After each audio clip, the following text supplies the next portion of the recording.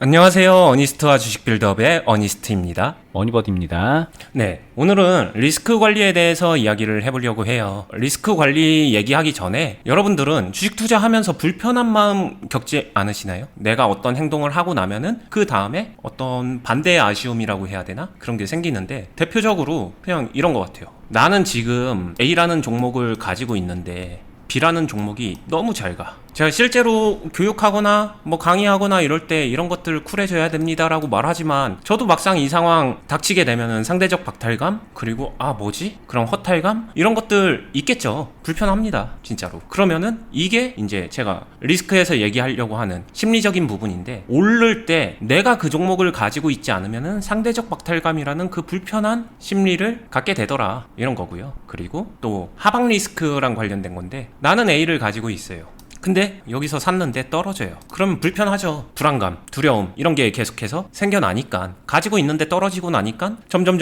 불편해지는 거죠. 또 때로는 뭐랄까 가장 불편한 거는 이런 거겠죠. 이게 떨어지는데 다른 건 올라가고 이 두 개가 콤보로 오게 되면은 이제 멘탈이 나갈 정도로 심리적인 타격을 갖기도 하고 그러는데 이런 부분에 대해서 오늘 이야기를 하려고 합니다. 이건 약간 심리 상태에 대한 거를 말씀하셨는데 이런 얘기로 출발해서 리스크 관리로 이어지는 것에 대해서는 많이 생각을 못할 것 같거든요. 그쵸. 사실상 저는 진짜 그 얘기에 많이 공감을 하는 게 투자는 신법이다. 또는 투자에서 제일 중요한 건 심리다. 이런 얘기. 그래서 멘탈이 중요하다. 이런 얘기에 실전 투자를 오래 하면서 저는 정말 되게 많이 생각하는 말이고 결국에는 심리가 흔들리게 되면 멘탈이 흔들리게 되면은 잘할 수 있는 것도 못하게 되니까 이성적이고 냉정하지 못하게 되기 때문에 그런 생각을 많이 했고 그러다 보니까 사실상 리스크 중에서 최고의 리스크는 심리적 리스크라고 생각을 하는 것 같아요. 어쩔 수 없이. 그 어떤 기술적인 것보다. 그리고 그 심리적인 리스크에서 방금 얘기한 이 두 가지 요소가 생각보다 항상 투자를 하는 내내 따라다니고 여기서 투자자라면 반드시 뭘 어떻게 해야 되는지 먼저 알고 있어야 되지 않나 이런 생각을 해봤습니다.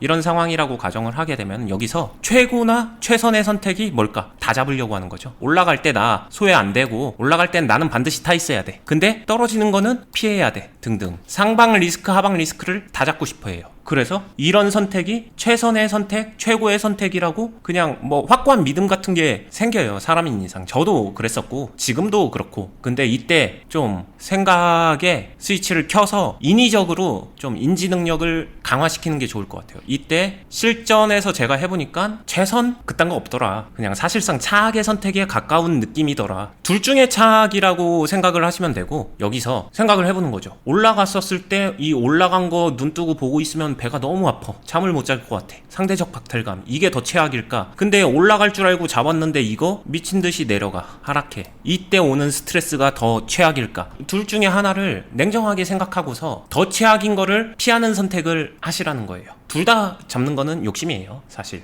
하다 보면은 이 만족의 기준치가 높아져서 점점 더 욕심에 근접한 선택을 하게 되는 거 다 본능적으로 이해는 하는데 근데 그럴 때일수록 리스크 관리랑은 멀어진다는 거죠. 둘 다 잡으려고 하는 게 아니라 둘 중에 하나를 확실하게 잡는다는 마인드로 생각을 좀 바꿔주는 게 먼저다. 저는 이럴 때일수록 하나를 확실하게 잡는 의사결정을 한다. 그러니까 도움이 된다.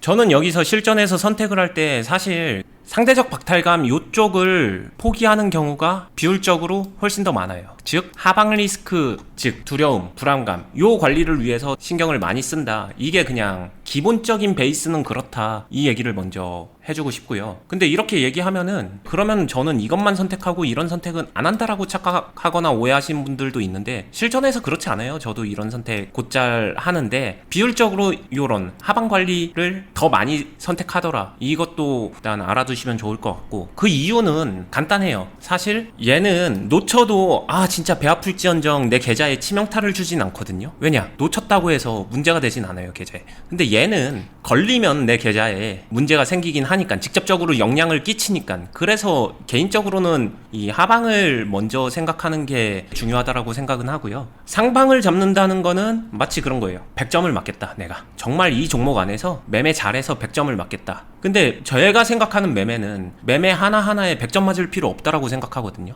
왜냐? 그 100점을 맞기 위해서 감내하는 리스크가 크다면은 저는 조금 비효율적인 것 같다. 왜냐? 매매라는 건 사실 60점 평균 이상만 지속적으로 내면은 훨씬 더 좋은 게임이 될 수 있기 때문에 그 게임의 원리 이런 것 때문에 굳이 100점을 맞아야 되나 이런 생각도 가지고 있는 것 같아요. 여기서 이제 더 나아가면은 그래서 그러면 결국에는 어떤 각각의 방향에 대한 선택을 하게 되면은 그거를 어떻게 극복할지도 좀 궁금할 것 같은데, 실제로 제가 생각할 때 하방 리스크를 극복하는 방법? 하방 리스크, 불안감, 두려움 이런 거겠죠. 여기서 매수할 때 매수를 했다라고 하게 되면 이거 떨어지면 어떡하지? 거기에 따른 불안감, 두려움 이런 게 있잖아요. 그래서 이 떨어지는 낙폭에 대해서 요 정도는 알아야 돼요. 이게 낙폭을 어느 정도 그 파동에 대해서 인지는 할 수 있어야 되고, 이게 떨어지면 이 정도까지 떨어질 수 있겠구나. 이건 그렇게 어렵지 않거든요. 많이 올랐으면 많이 떨어질 수 있는 거고, 여기서 이만큼만 올랐으면은 기본적으로 떨어지는 게 그렇게 높지는 않을 거니까 이거랑 상황적으로 내가 감내해야 되는 두려움, 불안감의 크기가 다르겠죠. 그거 정도는 구분을 해야 됩니다. 이 구분조차 못한다라고 하게 되면은 기본기를 더 확실하게 개념부터 시작해서 이런 필요한 요소들을 채워 넣는 공부 시간도 필요할 것 같고요. 근데 여기서 그런 거를 인지했다고 하더라도 막상 느껴지는 두려움이나 불안감은 좀 다른 얘기인데, 이거는 어쩔 수 없이 경험치에 비례하고 실력에 비례하는 건 맞는데 이걸 키워가기 위해서는 가봐야 돼요. 실제로 조금 극단적으로 말하면 물려보는 것도 괜찮은 방법이 될 수 있다, 이런 생각도 하고 있고요. 근데 물리기만 해서는 경험이 안 되겠죠. 그러니까 작은 낙폭에서 경험을 쌓으면서 점점 큰 낙폭을 이겨내보는 경험을 쌓는 거. 근데 이게 압니다. 혼자서 하고 싶지도 않고 하기도 힘들다는 거. 이때 근데 되게 중요한 게, 여러분들 어렸을 때 부산 가는 길을 한번 생각해 보세요. 각자 사는 데는 다르겠지만 부산 일단 멉니다. 혼자서 그냥 가려고 하면은 쉽지 않을 거예요. 두렵고 막막하고, 그걸 내가 어떻게 찾아가. 내가 7살이다. 나는 아직 어린데 그 길도 모르는데 기차 탈 줄도 모르는데, 이런 막막함이 있어요. 근데 옆에 엄마 아빠 딱 있으면은, 엄마 아빠랑 부산 간다 하면은 가는 길이 막막하고 두려운 게 아니라 신나죠. 여행 가는 것 같고 놀러 가는 것 같고, 엄마 아빠랑 든든한 백이 있으니까. 이 말이 주식 투자에서도 특히 하방 관리할 때 되게 필요한 얘기인데, 엄마 아빠 같은 사람이 있어야 돼요. 이 자신의 하방 관리, 두려움, 불안감, 이 능력치를 키우기 위해서는 옆에다가 엄마 아빠 두고서 한다라는 생각이 필요하고요. 주변에서 찾아도 되고, 주변에서 찾기 힘들면은 저희 클럽에서 해주고 있는 역할이 그런 거기 때문에 그거를 이용하셔도 좋을 거라 생각을 합니다. 반드시 필요한 게, 먼저 이거를 확실하게 걸어갈 줄 아는 사람으로부터 그 길을 좀 의지하면서 배워가고, 거기에 반복 경험을 통해서 내가 좀 무뎌질 수 있는 상황을 만드는 거. 이렇게 해서 불안감, 두려움, 이런 하방 관리에 대한 심리적인 마인드를 극복할 수 있다라고 생각을 하고, 여기까지 얘기하게 되면은 이렇게 되겠죠. 종목이 올라가는 상황에서 상대적 박탈감을 극복하기 위해서는 매수가 필요하죠. 결국에는 상대적 박탈감을 극복한다는 거는 이거 질러야 마음이 풀릴 거예요. 질르지 않으면, 내가 이거 보유하는 결국에는 지름신을 해결하지 못하면은 마음이 안 풀립니다. 누구나 그래요. 아무리 잘해도 고수가 되더라도 이 매수귀신, 지름신 이거 한 번씩 오는데 해야 직성이 풀려요. 그럼 결국엔 해야 되는데, 이 할 때 어떻게 할 것인가, 이 문제예요. 저도 그렇고, 솔직하게 말하면 제가 강의에서 저도 그렇습니다 이런 얘기 하기 힘들겠죠. 근데 그냥 지금은 이제 더 솔직하게 저도 그럴 때 있고요. 클럽에서 저한테 훈련 받으신 분들한테도 제가 이런 거를 주의를 주는데도, 주의를 그렇게 주는 이유는 저도 때때로 이게 잘 안 돼서 그렇기도 해요. 실력이 그리고 올라가면은 하방 관리에 대한 자신감이 생기면서 더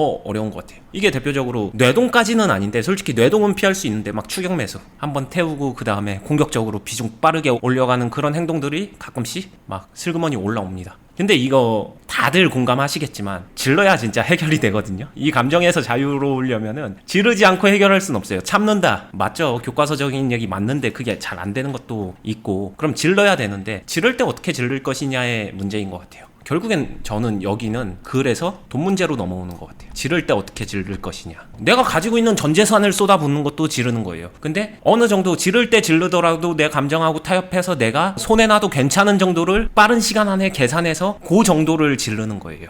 저는 여기서는 반드시 타협은 해야 된다라고 생각을 하고요. 지르는 것까지는 막지 못하겠지만 지를 때 타협해라. 그리고 돈을 이용해라. 그러기 위해서 이 돈이 원금보다는 수익을 이용하는 게 제일 좋습니다. 근데 이게 안 될 경우에는 이럴 수 있는 어느 정도의 돈, 그 정도를 해서 그 안에서 이뤄내시고 이 자금 안에서 손절을 포함해서 빠른 매도, 빠른 리밸런싱 아니면 기타 등등 어찌됐든 매매에 필요한 기술들을 접목해서 내가 생각한 이 자금 안에서 해결을 해야 돼요. 그래야지 저 상대적 박탈감이라는 저 심리적인 요소를 좀 극복할 수 있지 않나 이런 생각은 들고요. 그리고 당연한 얘기지만 가장 좋은 건 참는 거예요. 가장 좋은 건 참는 거다. 근데 참으려고 하지만 그게 잘 안 되는 경우도 있기 때문에 저 역시도 잘 안 될 때는 이런 식으로 대체 보완한다 이렇게 이해해 주시면 좋을 것 같습니다.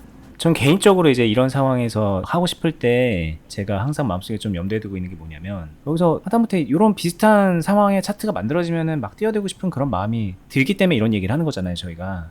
그렇죠. 그럴 때 저는 유난 더 여기에 점검하는 것 같아요. 이 종목이 내가 진짜 이 종목이 좋아 보이는 것인가. 평소에는 사실 뭐 종목의 그런 내재적 가치라던가 뭐 그런 거를 좀 덜 따지긴 하거든요. 아무래도 매매 스킬이 훈련되어 있기 때문에 하다못해 그냥 잡주로도 수익을 편히 낼 수 있는 그런 상황이라서 평소에는 그거를 조금 덜 본다면 이런 상황에서는 저는 더 보는 것 같아요. 그거를. 매매 스킬의 외적인 부분에 베팅을 하는 거인 만큼 더 꼼꼼하게 보고 그만큼 이제 더 필터를 더 열심히 해서 그런 식으로 좀 참는 거죠. 그런 식으로 참고 꼭 들어갈 때 이거는 들어가도 좋겠다라는 생각이 들 만한 그런 뭐 가치가 있는 그런 주식이라고 판단이 든다면 그때 많은 분들이 착각하는 게 좋은 주식이니까 여기 막 들어간다. 좋은 주식이니까 크게 들어간다. 막 그러시는데 그 시점에서 저는 이제 어니스팀이 말한 이런 수익으로 들어간다던가 돈이 이제 컨트롤이 될 만한 자금으로 들어간다던가 하반까지 고려해서 들어간다던가 그런 거를 이제 부차적으로 따지면서 안전장치를 좀 겹겹이 두는 그런 편인 것 같아요. 저 같은 경우에는. 자, 오늘 이야기 좀 정리를 해드리면 제가 생각할 때 리스크 관리를 위해서 제일 먼저 해야 되는 거는 불편한 두 가지 마음 중에 하나를 먼저 확실하게 선택해 보는 거, 거기서부터 시작한다라는 거를 인정해 주는 거. 자신의 만족의 기준은 두 마리 다 잡고 싶고 얼로 가든 뭐든 다 잡고 싶은 거 아는데 그리고 때로는 그게 되는 경우도 있어요. 실력이 올라가면 그게 되는 경우도 종종 있지만 그게 매번 되는 건 아니니까 확실하게 선택을 구분해서 해보는 거, 거기서부터 시작을 하는 거고요. 그리고 내가 선택을 했으면은 그 선택에 맞는 행동을 덧대서 해주면 그래야 자신의 매매에서 기준도 생기고 그게 쌓이면서 자신의 매매가 경험으로 승화된다라는 걸, 설령 돈을 잃더라도 그게 경험이 되기 위해선 이런 요소가 반드시 필요하다는 거 잘 기억해 주시고 반영해 주시면 좋을 것 같습니다. 네, 그리고 정확하게 공지 차원에서 말씀드리면 저희는 지금 이렇게 하고 있는 유튜브 어니스트와 주식비더 말고 투자 클럽을 운영을 하고 있습니다. 뭐 소위 말하는 리딩방이라고들 또 많이 생각을 하시는데 저희는 분명히 명확하게 좀 차별화된 부분을 많이 말씀드리죠.